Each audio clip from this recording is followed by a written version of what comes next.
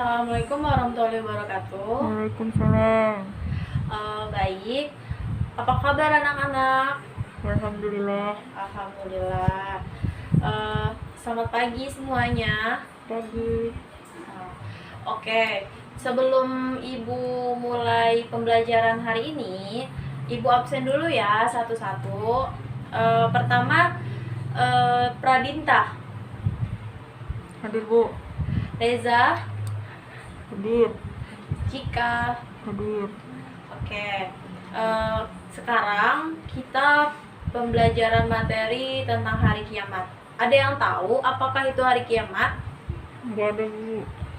Oke, hari kiamat itu adalah hari pembalasan. Nah, hari kiamat dan hari pembalasan itu ada di Quran surat Al-Fatihah ayat 1 sampai 4. Nah, keyakinan akan adanya hari akhir merupakan rukun iman yang kelima. Lalu diyakini oleh setiap umat. Karena kenapa? Karena hari kiamat itu ada di hari kiamat itu harus kita yakini setiap umat Islam. Makna hari kiamat adalah hari penegakan hukum Allah Subhanahu wa taala. Oke, selanjutnya itu tanda-tanda hari kiamat. Tanda-tanda hari kiamat itu tidak ada seorang pun yang tahu kapan hari kiamat itu datang, dan ada di Quran surat Al-A'raf ayat 187. Tanda-tanda hari kiamat pertama itu, tanda-tanda hari kiamat yang kecil itu, pertama, hamba sahaya wanita melahirkan anak majikannya. Ada sekelompok orang yang tidak beralas kaki, atau dia tuh memakai alas kaki cuma sebelah saja, kembali berlomba-lomba membangun gedung yang tinggi dan sebagainya. Lalu tanda-tanda yang besarnya itu, tanda-tanda hari kiamat yang besar, datangnya Ya'juj dan Ma'juj, adanya malam yang panjang dan terbitnya matahari di sebelah barat. Jadi kalau misalnya hari kiamat besar itu dia akan habis, maksudnya dunia tuh akan habis seluruhnya gitu, nggak ada yang tersisa, dan hari kiamat itu datang kapan saja. Oke, selanjutnya hari kiamat menurut Al-Quran. Hari kiamat menurut Al-Quran itu ada dua, kiamat sugro kecil dan kiamat kubro besar. Apakah kiamat sugro itu? Ada yang tahu? Ada yang tahu? Tidak. Tidak. Oke, Ibu sampaikan ya. Kiamat sugro atau kecil ialah datangnya kematian yang menimpa setiap makhluk hidup. Setiap makhluk, termasuk dalam firman Allah Subhanahu wa taala ada di Quran surat Al-Imran ayat 18 yang berbunyi, A'udzubillahi minasyaitonirrajim, bismillahirrahmanirrahim, kullu nafsin za'iqatul maut wa innamal tuwaffawna ujurakum yaumal qiyamah. Artinya, tiap-tiap yang berjiwa akan merasakan mati, dan sesungguhnya pada hari kiamat sajalah disempurnakan pahalamu. Lalu kiamat kubro itu adalah kiamat besar. Kiamat kubro adalah peristiwa berakhirnya kehidupan semua makhluk dan hancur leburnya alam semesta secara total dan serentak. Proses terjadinya hari kiamat itu sudah dijelaskan di dalam Quran surat At-Takwir ayat 1, 2, 3, 6, dan 11. Dan hari kiamat itu ada di dalam teori alam. Di dalam teori ilmu alam, di dalam teori ilmu alam itu ada dua bagian. Pertama, teori menurut geologi, kedua menurut teori fisika. Menurut geologi, hari kiamat ialah daya tarik matahari terhadap bumi berkurang sehingga menyebabkan posisi bumi bergeser keluar dari jalur rotasinya. Nah, akibatnya itu kayak seperti putaran bumi semakin cepat, terus abis itu juga seperti meteor yang menyala lalu hancur. Nah, kalau misalnya menurut teori fisika, saat ketika matahari tidak muncul atau cahayanya redup karena tenaga atau sinarnya habis, tidak ada angin dan awan.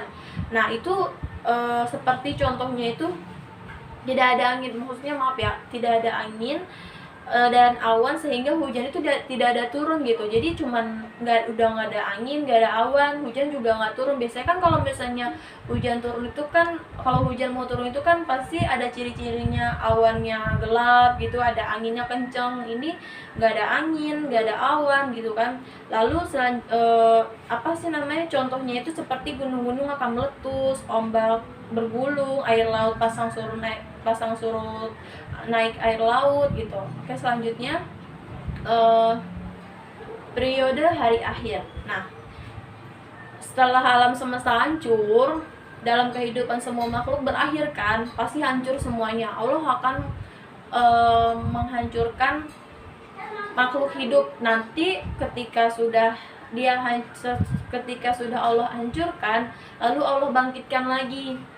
Nah, mulailah di situ manusia itu menjalankan tahapan kehidupan barunya di proses menuju alam bako. Tahapan tersebut dapat dijelaskan yaitu pertama yaumul ba'ats.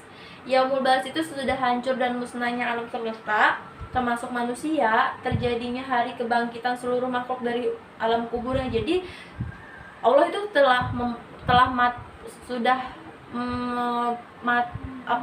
mematikan makhluk hidup.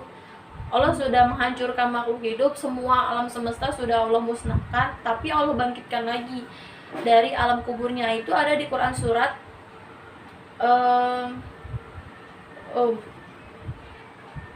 ibu lupa ininya, ada di surat Yaum, yang artinya itu pada hari ketika mereka dibangkitkan Allah semuanya, lalu diberitakannya kepada mereka apa yang telah mereka kerjakan. Allah mengumpulkan mencatat amal perbuatan itu, padahal mereka telah melupakannya, dan Allah Maha menyaksikan segala sesuatu. Yang kedua, Yaumul Hasyr. Yaumul Hasyr itu alam mahsyar. Nah, maksudnya Yaumul Hasyr itu proses dikumpulkannya manusia setelah dibangkitkan dari kuburnya masing-masing ke tempat yang luas, yaitu pada mahsyar. Nah, firman Allah Subhanahu wa taala selanjutnya itu yang berbunyi wahasyaronahum falam nughadir minhum ahad, yang artinya dari kumpulkan seluruh manusia dan tidak kami tinggalkan seorang pun dari mereka. Jadi Allah akan mengumpul seluruh manusia, tidak ada seorang pun yang Allah tinggalkan. Nah, yang selanjutnya Yaumul Hisab dan Yaumul Mizan. Allah Subhanahu wa taala memperlihatkan semua amalan untuk dihisab. Setiap amal baiknya, amal buruknya, Allah akan timbangkan itu. Nah, Allah udah timbangkan, Allah hitung perbuatannya selama di dunia. Saat proses ini berlangsung, tidak ada seorang pun yang dizolimi. Jadi semua adil dan dapat dikaji dari prosesnya, yaitu saat amalan setiap manusia dihitung, anggota tubuh pun juga akan menjadi saksinya. Jadi kita nggak bisa bohong karena seluruh anggota tubuh kita itu akan berbicara gitu. Itu ada di Quran surat An-Nur ayat 24. As-Sirat yaitu jembatan yang membentang di antara dua tepi menuju ke neraka ataupun ke surga. Lalu Yaumul Fasal dan Jaza. Fasal itu adalah keputusan Allah Subhanahu wa taala terhadap nasib orang-orang beriman dan orang-orang kafir. Jaza adalah hari pembalasan atas segala amal manusia ketika hidup di dunia. Lalu selanjutnya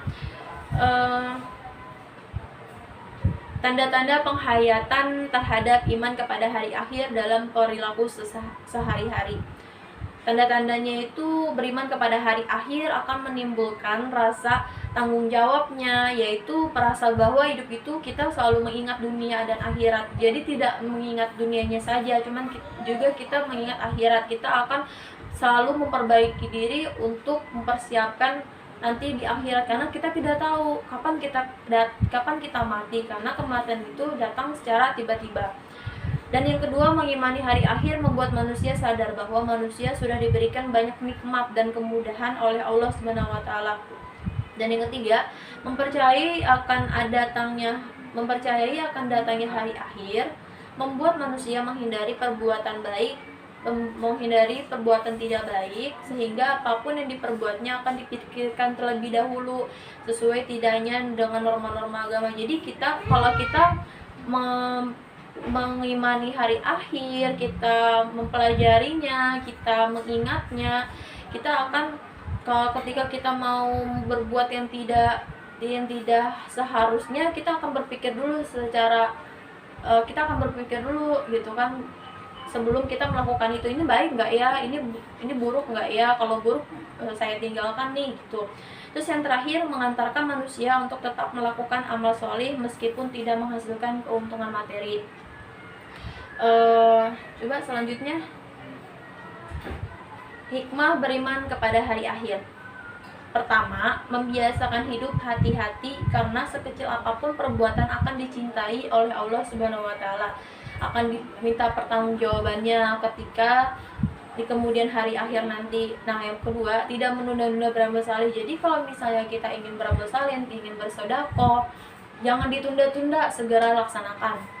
Yang ketiga, segera bertaubat sebelum ajal tiba, karena tidak seorang pun mengetahui kapan ajalnya akan tiba. Jadi, jika kita mempunyai masa lalu yang harus kita perbaikilah segera mungkin.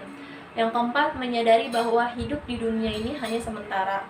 Yang kelima, menyadari bahwa azab di akhirat sangat pedih dari Allah dan abadi maksudnya. Jadi azab itu di akhirat itu sangat pedih dan abadi, bakal akan dipertanggungjawabkan nanti di akhir nanti. Oke, cukup sampai di sini. Sebelum kita akhiri pembelajaran ini, apakah ada yang ingin ditanyakan? Tidak. Apa? Tidak. Oh, tidak. Oke. Kalau misalnya nggak ada yang mau bertanya, berarti sudah paham semua ya. Oke. Cukup sampai di sini pembelajaran kita hari ini. Mohon maaf jika ada salah kata yang Ibu sampaikan tadi. Semoga bermanfaat ya pembelajaran hari ini. Semangat terus belajarnya. Wabillahi taufiq hidayah. Wassalamualaikum warahmatullahi wabarakatuh.